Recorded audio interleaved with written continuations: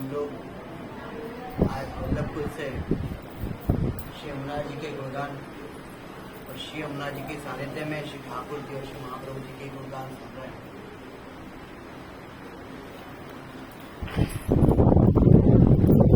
इस महात्मा में ज्ञान से ऊपर नेह का महात्मा है, बताया है।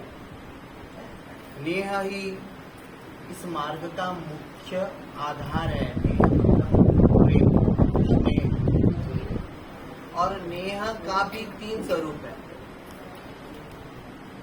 एक नेह, एक सम्मान के साथ नेह, एक अनुराग,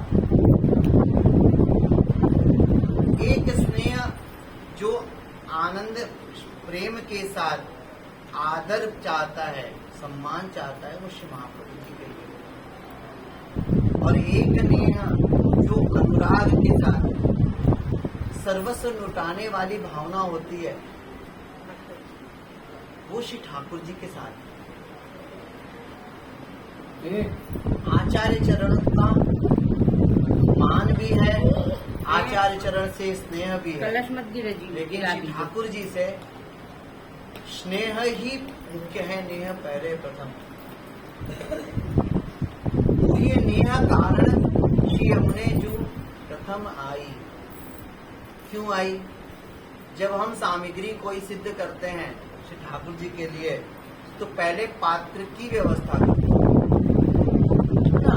कोई सामग्री सिद्ध करते हैं तो पहले पात्र की व्यवस्था करते हैं। तो आचार्य चरण और श्री ठाकुर जी के सानिध्य के जो संयुक्त स्नेह को रस आना धरती पर उस रस को एकत्र करने के लिए, उस रस को एक आधार देने के लिए श्री यमुना जी भूतल पर प्रकट हुए। ये कहते हैं कि शेरनी का जो दूध होता है वो सिर्फ सोने के पात्र में ही रहता है, और दूसरे पात्र में अगर उसको डालते हैं तो फाड़ के निकल जाता है। तो स्नेह का जो श्री परम आनंद, जो आनंद है, और उस आनंद को की अनुभूति करने वाले जो श्री महाप्रभु जी हैं, ऐसे स्नेह की जब वर्षा होनी हो, तो उस वर्षा में ऐसा पात्र लेकर श्री यमुना जी आई जो छन्नी गई थी, जिसमें पात्र छन्ना निरस्त छन न जाए, ऐसा अलौकिक पात्र श्री यमुना जी लेकर आई कि वो ठहर सके वो रस, और वो ठहर के फिर हम लोगों की तरफ वो आकर्षित हो, हम उनकी तरफ आकर्षित हो, और वो रस हमें प्राप्त हो सके। दूसरी बात, अगर अग्नि है, अग्नि क्या? ये हमारा ताप, हमारे अंदर जो विप्रयोगी ठाकुर जी के प्रति ताप है, वो ताप जल रहा है, और उसमें अगर पानी डायरेक्ट पड़ जाएगा तो वो ताप क्या होगा? बुझ जाएगा। उस ताप को संग्रहित करने के लिए, उस ताप का लाभ लेने के लिए एक पात्र होता है। उस पात्र में जब जल पड़ता है तब वो उसमें ऊर्जा आती है, और वो जल ऊर्जामान होता है, और तब जाके हमारे अंदर श्री ठाकुर जी के ज्ञान रूपी, जो वैराग्य रूपी और संयोग रूपी ज्ञान है, उसकी हमारे अंदर पुष्टि होती है।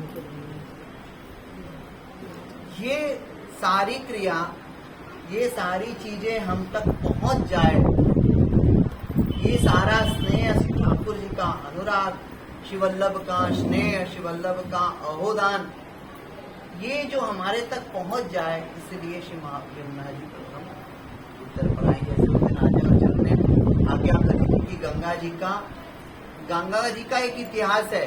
हम जानते हैं कि भागीरथी जी गंगा जी को पृथ्वी पर लाए, लेकिन श्री यमुना जी के प्राकट्य का कोई इतिहास नहीं है, क्योंकि वो तट पर सनातन काल से, पर न जाने कब से है, क्योंकि ध्रुव भगवान ने भी जो तप किया वो यमुना जी के तीर्थ पर किया था, और ध्रुव जी के काफी बाद में भागीरथ का प्राकट्य।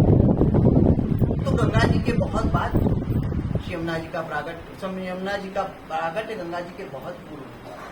गंगा जी का पुष्टि मार्ग में सानिध्य इसलिए कि यमुना जी के साथ उनका संयोग हुआ, इसलिए गंगा जी का हमारे पुष्टि मार्ग में हुआ।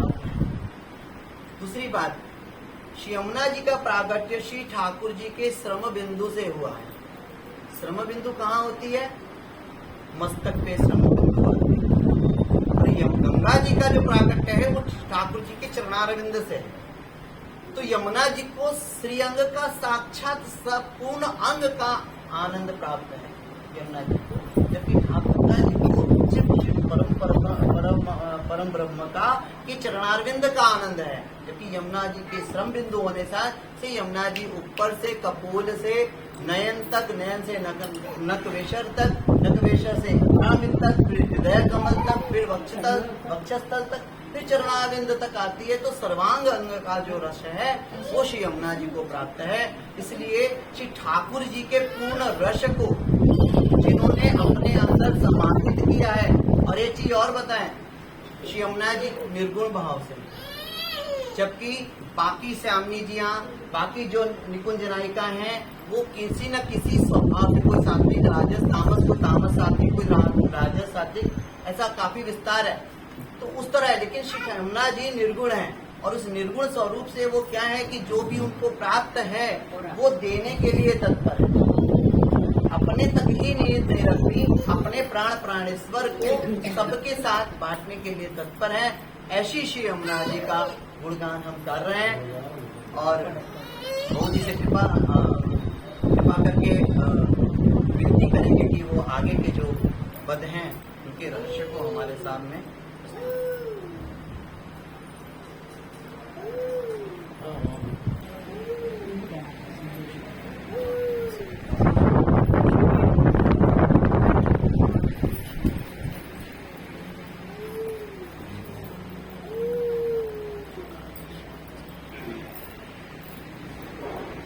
पूज्य नायना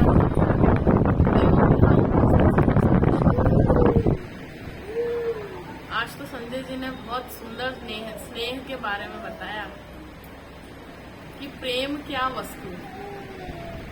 और श्री यमुना जी का स्वभाव ही इतना स्नेह भरा है कि अपने प्रेतम को भी, कौन अपने प्रेतम को किसी और को देना चाहेगा, लेकिन श्री यमुना जी का ऐसा स्वभाव है कि सब जो प्राप्त है, जो वो भोग्य है, वही अपने भक्तों को देना चाहते हैं।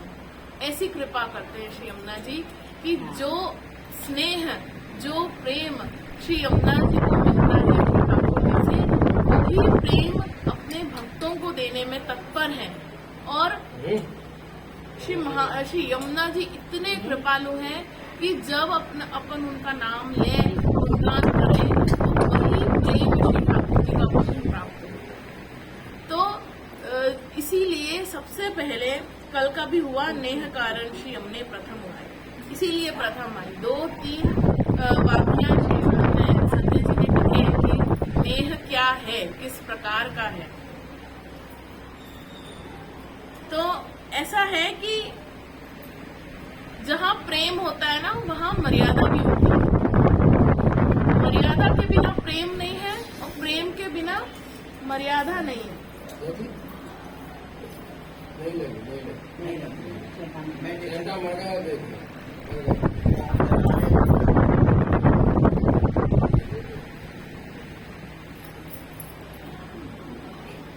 तो जहाँ प्रेम है वहाँ एक लिमिट, मर्यादा सीमित है। तो उस मर्यादा को कैसे पालन करना, वो अपने श्री महाप्रभु जी ने अपन को बताया कि कैसी कैसी मर्यादाएं उस प्रेम को निभाने के लिए अपन को पालन करना है। आगे कहते हैं, ताते श्री यमुने जुगाओ, शेष सहस्त्र मुख निषिदिना गावत, पार नहीं पावत ताहि पाओ। श्री यमुना जी का गुणगान ऐसा है कि सहस्त्र मुख वाले जो शेषनाग हैं, वो भी दिन भर ठाकुर जी और यमुना जी का नाम लेते रहते हैं, तब भी उनके नाम का पार नहीं है, उनके गुणगान की समाप्ति नहीं है।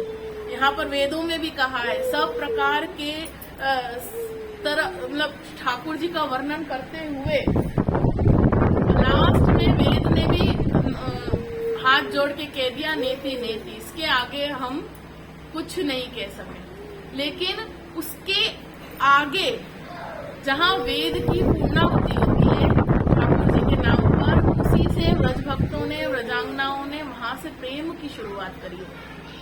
मर्यादा कहाँ लिखा है कि वेदों में, और प्रेम कहाँ है कि व्रजांगनाओं में, अपने पुष्टि मार्ग में। और यहाँ में एक कीर्तन भी है, जाको ब्रह्मा रटत वेद रटत शेष रटत शंभु रटत नारद सुख व्यास रटत पावत नहीं पारत।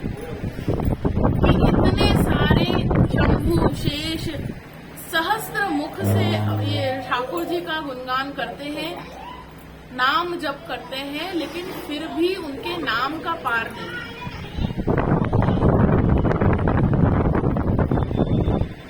सकल सुख देनहार ताते करो उच्चार, कहत हूँ बारंबार जिन बुलाओ। जो जीव भूल जाता है उनको बार बार ये याद दिलाते हैं कि श्री यमुना जी क्या नहीं देने वाले। महाप्रभु जी, श्री ठाकुर जी के आनंद की प्राप्ति कराने वाले श्री ठाकुर जी, श्री महाप्रभु यमुना जी हैं। जो अगर लौकिक सुख की चाहना है मान लो, तो लौकिक सुख की चाहना देने वाले श्री यमुना जी हैं। इतने अपन को कहीं बाहर जाना ही क्यों? जो भी है सुख देनहार, जो भी है श्री यमुना जी हैं। अगर अपन उनको उनका नाम उच्चारेंगे, नाम गुणगान करेंगे श्री यमुना जी का, तो जरूर ठाकुर जी की प्राप्ति होनी निश्चित है। कहत हूँ बारंबार जिन बुलाओ, नंददास की आस श्री ने घड़ी घड़ी चित्त लाओ। श्री नंददास जी को भी श्री यमुना जी के कृपा से उनको प्रभु की प्राप्ति, उनके सब लीलाओं के दर्शन कराए हैं श्री यमुना जी ने। किसके वजह से? कि श्री यमुना जी की वजह से उनको जितने अष्ट सखाएं हैं, कि जितने अपने 84,252 वैष्णव हैं, जितने भी श्री महाप्रभु जी के परिकर, गोसाई जी के परिकर, ठाकुर जी के परिकर जितने हैं, सबको श्री यमुना जी के कृपा से उनके लीलाओं के दर्शन होते हैं। तो ऐसे श्री यमुना जी का गुणगान करना अपन को अति आवश्यक है। और सबसे ज्यादा श्री यमुना जी अपन पे सबसे पहले कृपा करते हैं। उनका स्वभाव ही ऐसा है कि सबसे पहले श्री यमुना जी को ही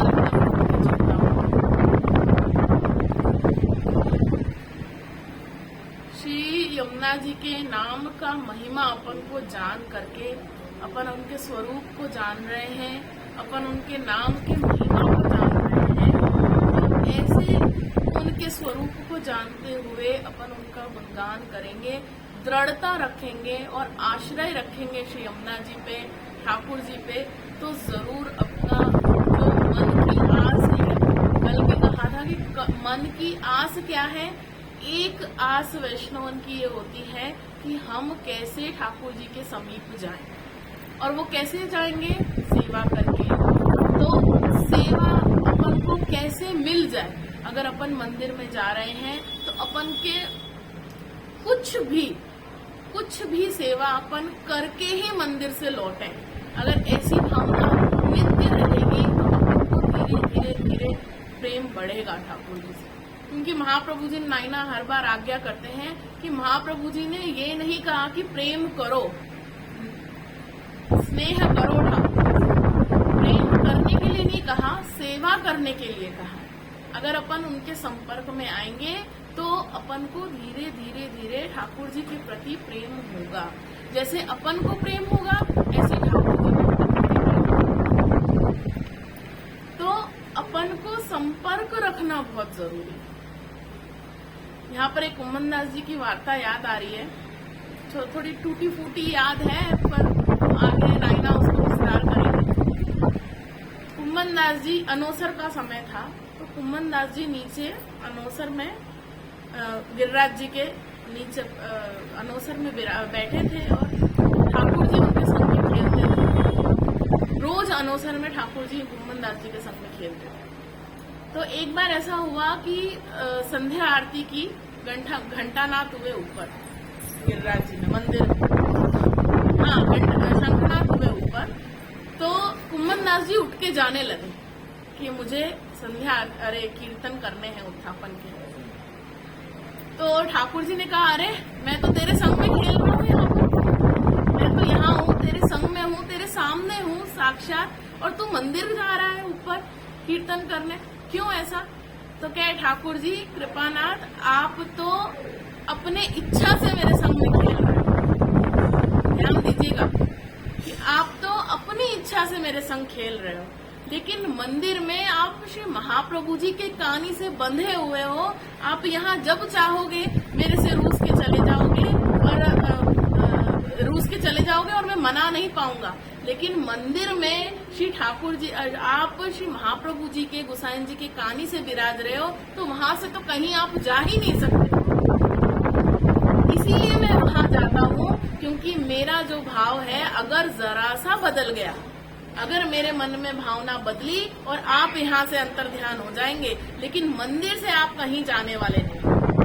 इसीलिए घर के जो ठाकुर जी हैं उनके प्रति अपने मन में पोषण कैसे होगा कि मंदिर आके। अपन आजकल कहते हैं ना, मंदिर जाने से क्या होगा, मंदिर में ही दिन भर रहते हो, तुम लोग क्या करते हो, आजकल बहुत चर्चाएं चलती हैं बाहर। ऐसा नहीं होता है। मंदिर जाने से क्या होगा, वो अपने मन में भावनाओं की वृद्धि होगी। क्यों होगी? क्योंकि वहां पर श्री महाप्रभु जी और गोसाई जी के कार्य से ठाकुर जी साक्षात सदैव तत्पर रहते हैं कृपा करने के लिए और वहीं विराजते हैं। और जहां अपने घर में ठाकुर जी हैं, वहां अपनी भावनाओं को पोषण करते हैं, लेकिन अगर भावना बदली तो वहां पर श्री ठाकुर जी मंदिर पधार जाते हैं और वहां पर वापस भावनाओं को पोषण करने के लिए अपन को मंदिर आके अपन को पोषित होना है।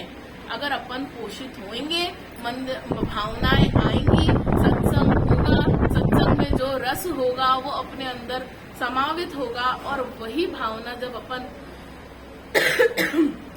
घर विराजते ठाकुर जी को सेवा करेंगे, तो वही भावना जब अपन अपकार करते हैं तो ठाकुर जी अपन को पोषित करते हैं, और वो ठाकुर जी अपने होते हैं। जो घर के ठाकुर जी होते हैं ना, वो अपने होते हैं, अपने ऊपर ही कृपा करते हैं। और जो मंदिर के होते हैं वो सर्वोद्धारक होते हैं, और जो घर के अपने होते हैं ठाकुर जी, वो भक्तोद्धारक होते हैं। वो केवल जिनके माथे में ठाकुर जी विराज रहे हैं, केवल उनको जानते हैं, उनके परिवार वालों को जानते हैं, अन्य किसी को वो नहीं जानते। वो कृपा करते भी नहीं अन्य, केवल उनके घर में। लेकिन मंदिर में ऐसा है जो सर्वोद्धारक है, जो भी दर्शन करने आएगा, जो भी उनके सामने विनती करेगा, जो उनको दंडोत करेगा, उनके ऊपर वो कृपा करेगा। तो अपन को पोषित होने के लिए अपन को यहाँ सत्संग में आना है, मंदिर आना है, और यहाँ पर श्री महाप्रभु जी और गोसाई जी के कहानी से हर मंदिर में श्री ठाकुर जी सदैव विराजमान है और अपन को कृपा करने में तत्पर है। इतने श्री महाप्रभु जी और गोसाई जी, यमुना जी से यही विनती है कि अपन की जो भावना है वो दृढ़ होए मन में, और अपन नाम लेते रहे आपका। ऐसा कह करके मैं अपने इस वक्तव्य को यही समाप्त